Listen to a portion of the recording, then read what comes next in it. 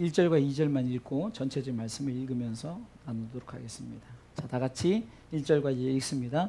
그러므로 이제 그리스도 예수 안에 있는 자에게는 결코 정죄함이 없나니 이는 그리스도 예수 안에 있는 생명의 성령의 몸이 죄와 사망의 법에서 너를 해방하였습니다. 아멘. 지난주에 바울이 자신이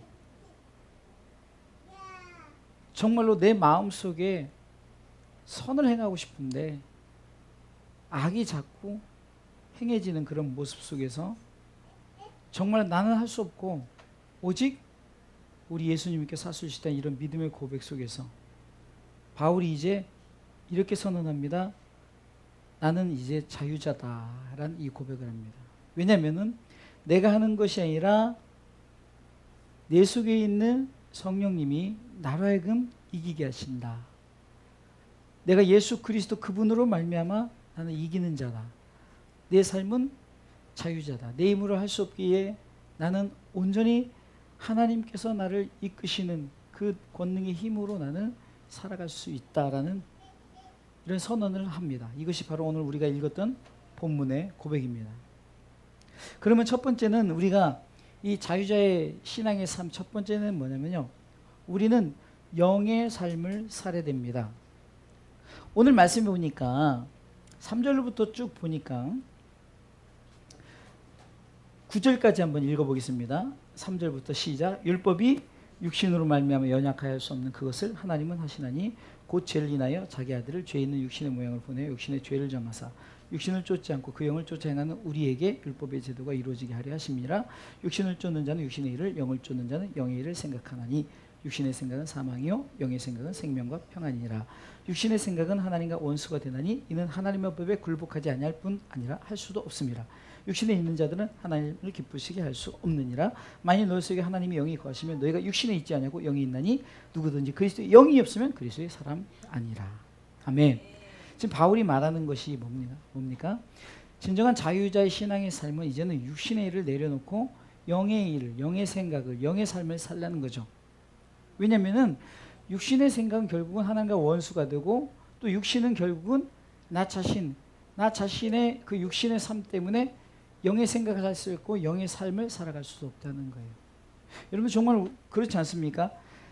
우리는 인간은 육체를 갖고 있어서 피곤하면요. 피곤함 속에서 우리가 승리할 수 없어요.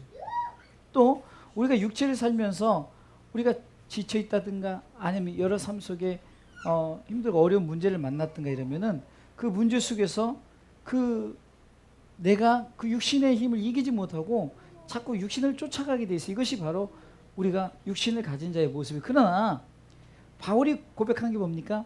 내 힘으로 하지 않고 성령님은 우리 가운데 돕는 보혜사라는 말이에요. 영으로 산다는 것은 바로 성령님을 의지하고 산다는 거예요. 성령님의 도움을 받고 산다는 고백입니다. 여러분 내 힘으로 우리가 영의 삶을 살 수 있습니까? 절대 그러지 못해요. 내 힘으로는 살 수 없기 때문에 우리는 이 영의 삶의 삶에 있어서 철저하게 우리를 도우시는 성령님을 의지하시기 바랍니다. 또한 우리가 생각 자체를 영의 생각을 해야 돼요.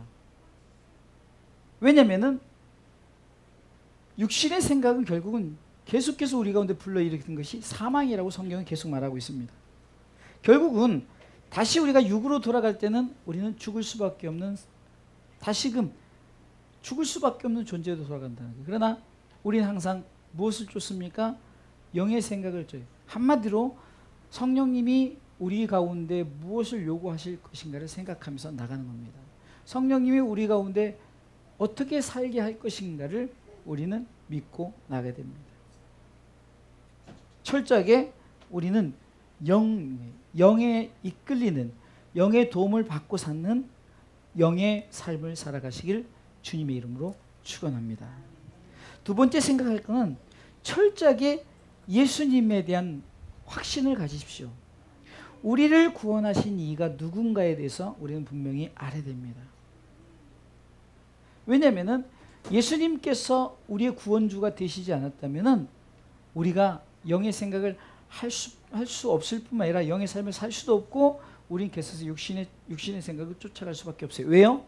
우리는 아직까지도 죄인이기 때문에, 우리는 아직까지도 그 죄 문제를 해결하지 못하기 때문에, 그러면 죄 문제 해결의 열쇠는 누굽니까? 바로 예수 그리스도라는 거예요.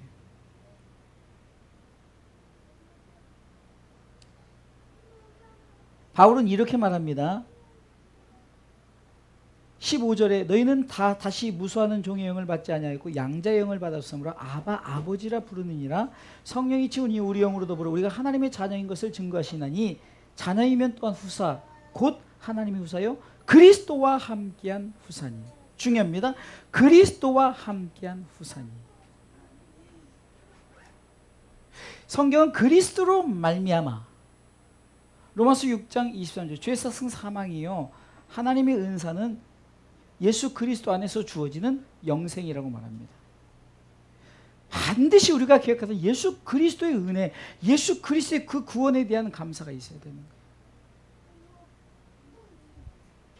우리 성령님이 우리를 통해서 이끄시는 삶을 살아가는 자는 반드시 내 속에 날 구원하신 주, 그분에 대한 감사의 마음을 가지십시오.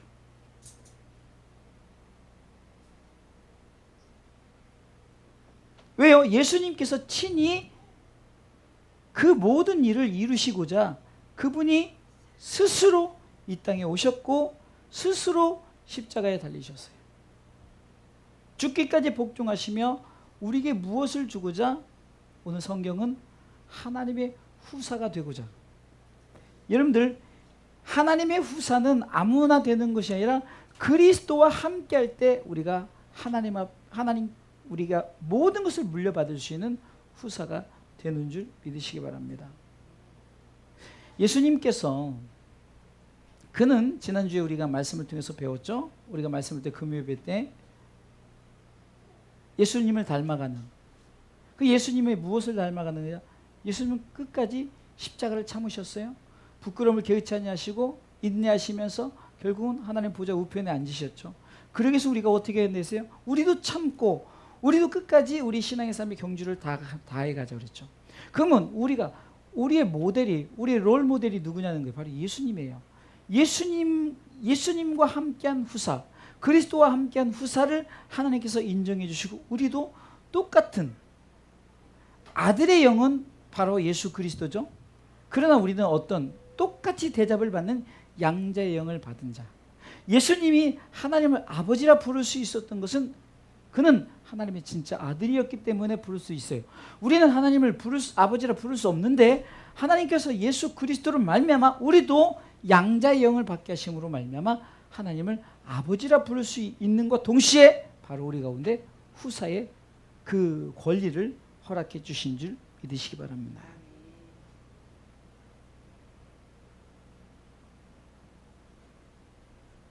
세 번째는,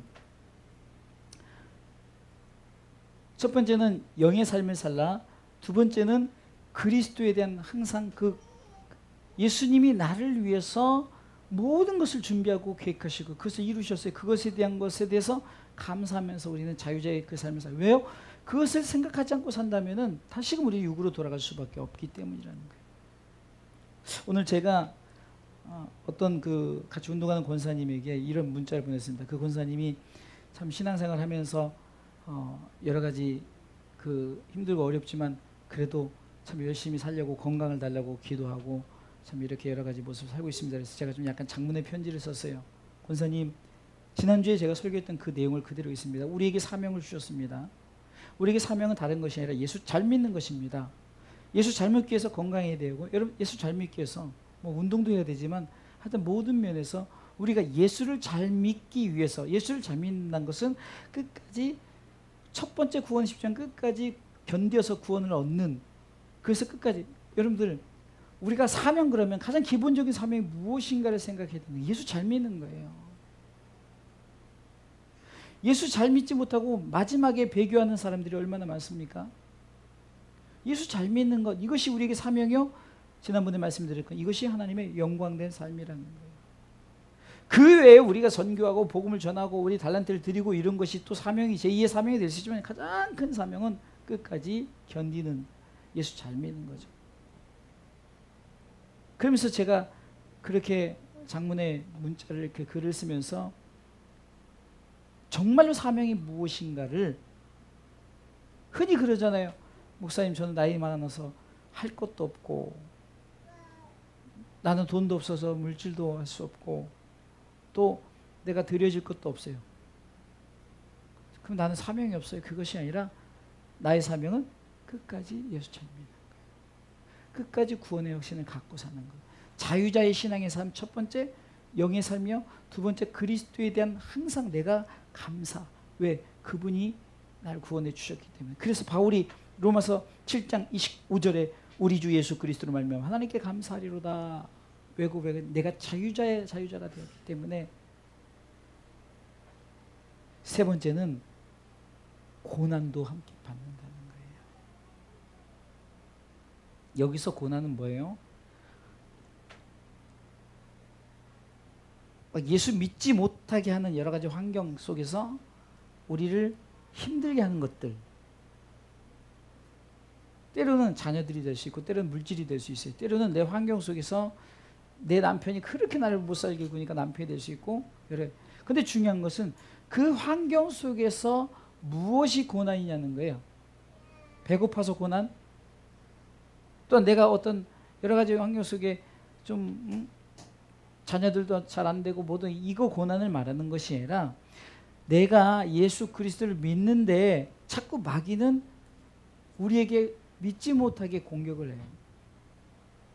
제가 얼마 전에 저하고 같이 참 이렇게 뜻이 맞는 그 믿음의 동역자, 제가 자주 말씀드리는 원래 찬양사역자였었는데 그가 이렇게 목회를 하는데 전도사부터 목회를 해가지고 지금 목사님이 되셨는데 상당히 복음 설교 은혜를 받아요. 제가 다른 분 솔직히 큰 교회 유명한 목사님 설교보다 그분 설교를 제가 많이 들어요. 오히려 저보다 한참 후배 목사님이고. 그런데 굉장히 이거 복음의 코드가 맞는 게 뭐냐? 바로 그거라는 거예요. 정말로 예수님에 대해서만 얘기를 해요. 그리고 나를 구원하신. 그런데 삶 가운데 고난을 만났을 때 우리는 어떻게 하느냐? 그럼 이 고난이 뭐냐? 자꾸 마귀는, 그 얘기를 하려고 그랬구나. 마귀는,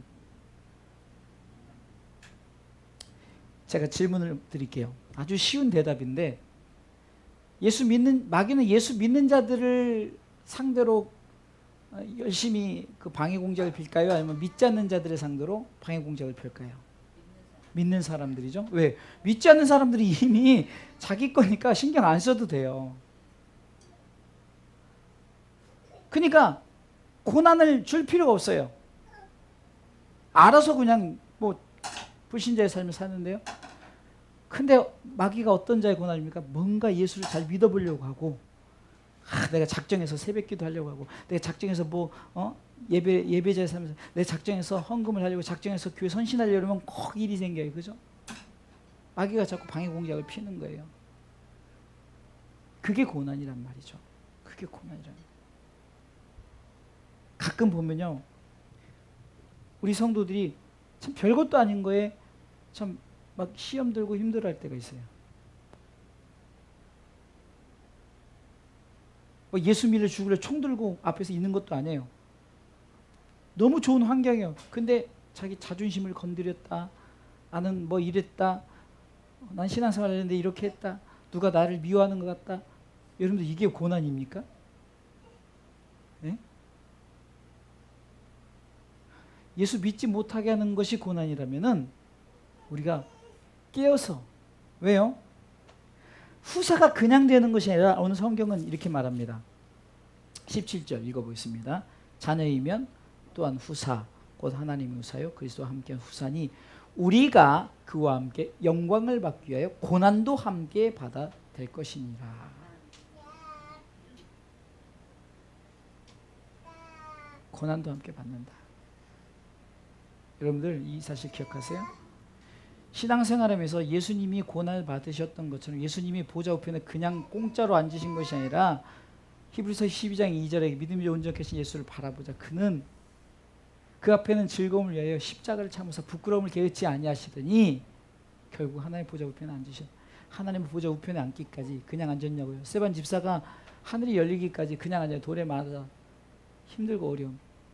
바울이 그냥 정말로 그냥 바울 되겠습니까? 베드로가 그냥 베드로가 됐습니까? 선지 신앙인들이 그렇게 믿음의 선지 신앙인이 그냥 됐습니까? 다 고난도 받았다는 거예요.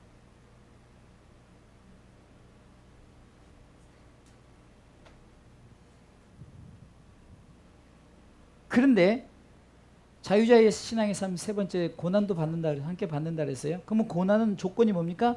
영광을 받기 위한 고난이죠. 그래서 바울은 로마서 8장 18절에, 오늘 본문의 말씀 18절에 생각건대 현재의 고난은 장차 우리에게 나타날 영광과 좋게 비교할 수 없도다라는 이 말을 왜 합니까? 바로 믿음의 선진 신앙인들, 대표적으로 예수님께서 그렇게 영광을 받으셨기에, 근데 그냥 영광만 받은 게 아니라 고난을 감당했다는 거예요.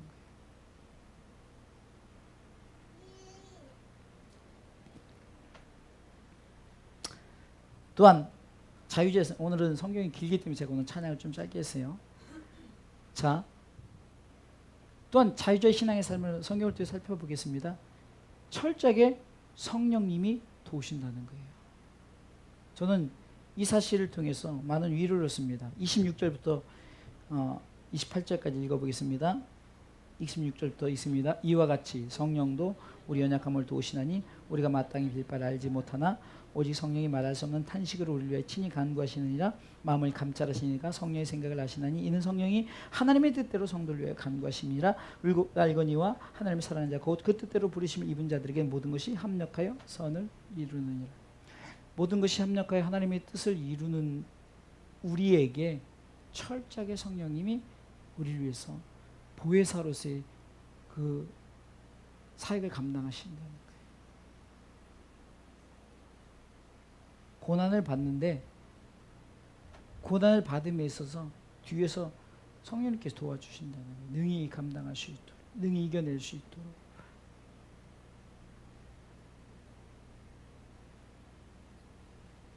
바울이 그 고백이거든요. 바울이 오늘 읽었던 1절 2절 말씀 속에서 이는 그리스도 예수 안에 있는 생명의 성령의 법이, 이는 예수 안에 있는 생명의 성령의 법이, 그 법이 우리 속에 죄와 사망의 법을 밀어내버렸어요. 우리는 마땅히 빌 바를 알지 못하는데 우리는 어리석게도 엉뚱한 비밀이 있어요. 하나님, 내 자녀 잘 되게 해주세요. 하나님, 우리 교회 건물 사게 해주세요. 우리 목사님이 지금 차가 필요한데 좀 좋은 차 사게 해주세요. 엉뚱하게 빌고 있으니까 하나님이, 성령님이 대신해서 잘못 비는 것을 바로 빌어주는 거예요. 우리 신앙의 삶 속에서 우리가 뭔가 잘못 하나님 앞에 기도하고 잘못 살아가 있는 것을 성령님께서 대신 하나님, 이렇게 마땅히 빌 바를 알지 못해. 정말 우리가 빌어야 될 것은 합력하여 선을 이루는 거예요. 하나님의 뜻을 이루는 거예요. 우리가 잘못 구해요. 하나님이 우리를 통해서 구원의 뜻은 건물이 아니에요. 영이죠. 영. 영이란 말이죠. 흔히 좀 영혼이라고 말하죠. 근데 우리는 영혼에 대한 간구는 없고 다 뭐죠? 육적인 기도가, 그것을 성령께서 마땅히 빌 바를 알지 못하는 데서 탄식하면서 하나님, 정말 잘못 구하는 암흑에 우리를 위해서 철저하게 간구해 주시는 분이 있다는 거예요. 그것도 탄식하면서. 문맥을 통해서 보세요. 27절에 성령이 하나님의 뜻대로 성도를 위해 간구하심이라. 합력하여 선을 이루어 하나님의 뜻을 이루기 위해서 기도하지 못하니까 성령께서 그렇게 우리를 위해서 간구해 주신다는 거예요. 이게 자유자의 신앙의 삶에 성령님이 철저하게 도와주신다는, 이것이 은혜입니다. 이것이 없다면 우리가 감당할 수 없어요. 하루에도 수십 번씩 우리 넘어질 수밖에 없고 흔들릴 수밖에 없어요. 불평 불만으로 가득 찬 그런 삶을 살아갈 수밖에 없다. 또한 자유자의 신앙의 삶에서 가장 중요한 겁니다. 우리는 하나님의 섭리 가운데 우리가 살아가고 있다는 거예요. 이것은 우리에게 주어진 이 땅의 삶뿐만이 아니라 다시 주어질 하나님의 나라의 삶까지도 포함된 겁니다. 그것을 29절로 30절까지 핵심입니다. 이게 성경의 핵심인데 바울이 주장하는, 우리 장로교에서는 예지 예정론에 대한 얘기입니다. 한번 읽어볼까요? 하나님이 미리 아신 자들로 또한 그 아들의 형상을 본받게 하고 미리 정하셨으니 이는 그로 많은 형제 중에서 맏아들이 되게 하심이라. 또 미리 정하신 그들을 또한 부르시고 부르신 그들을 또한 의롭다 하시고 의롭다 하신 그들 또한 영원롭게 하시느니라. 여러분들 여기서 예지, 예정, 그 다음에 소명, 칭의, 영화, 이것이 우리에게 주어진 하나님의 축복이에요.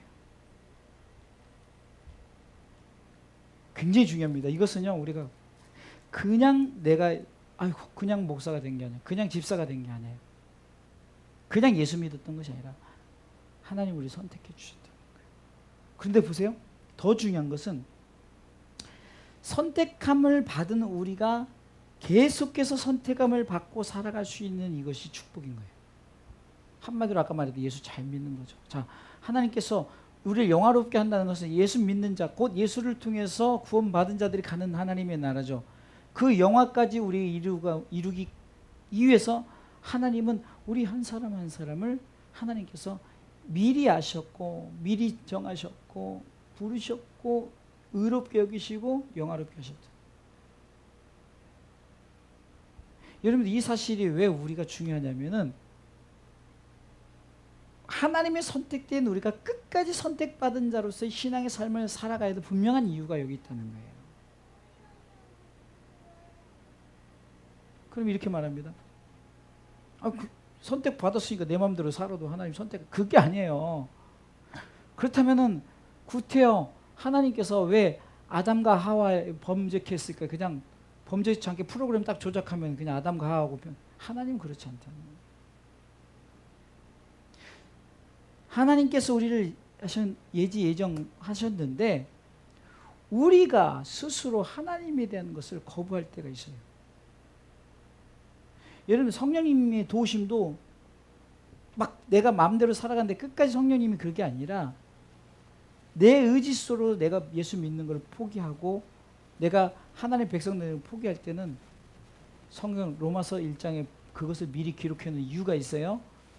내버려 둔다는 거예요. 유기시켜요. 사형 선고 받는 거예요. 이 5가지 사실을 붙들고 우리는 선택받은 자들로서 끝까지 영화 단계까지 우리는 끝까지 견뎌야 되는, 끝까지 믿는, 이것이 자유자의 신앙의 삶이라는 거예요. 바울이 이렇게 고백합니다. I am freedom 하면서 나는 자유자다라고 하고 그냥 자유 끝이 아니라 그렇게 했음에도 불구하고 또 연속적으로 바울이 힘들게 하는 여러 일들이 계속 찾아오는데 바울이 끝까지 견뎠던 게 뭡니까? 예수 믿는 것에 대한 끝까지 그것. 그리고 많은 함께한 자들에게도 항상 무엇에 강조를 했을까요? 오직 예수, 예수, 예수, 예수. 바울은 뭐라고 했어요? 내가 그리스도와 함께 십자가에 못 박혔네. 그럼 이제 내가 사는 것이 아니라 내 예수께서 산다. 그럼 내 사는 목적은 내가 이렇게 사는 것은 나를 사랑하사 나를 위하여 자기 몸을 버리신 하나님의 아들 예수 그리스도를 믿는 믿음 안에 산다 그러죠. 이것이 믿음이에요. 믿음. 오직 나의 의는 믿음으로 말미암아 사는 거예요. 믿음이 뭡니까? 예수 잘 믿는 거예요. 목사님들 예수 잘 믿는데요. 맞아요. 끝까지 잘 믿잖아요. 죽을 때까지. 주님 부르실 때까지. 왜? 영화 단계까지 갈 거 아니에요. 이 자유자의 이 신앙의 삶이 이것이 축복이란 거예요. 그러나 여러분들이 이 축복을 내가 포기해버릴 때는 그것이 다 없어지는 거예요.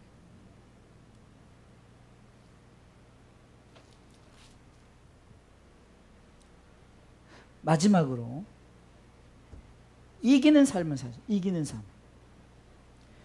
37절 그러나 이 모든 일에 우리를 사랑하시는 말면 우리가 넉넉히 이긴다라고 말하는데 이길 수 있는 이유가 뭡니까? 내가 오직 예수 그리스도를 의지함으로 말미암아 내가 이기는 것이 아니라 예수 그리스도, 이긴 예수 그리스도 그분을 붙들고 나갔을 때 이긴다는 거예요.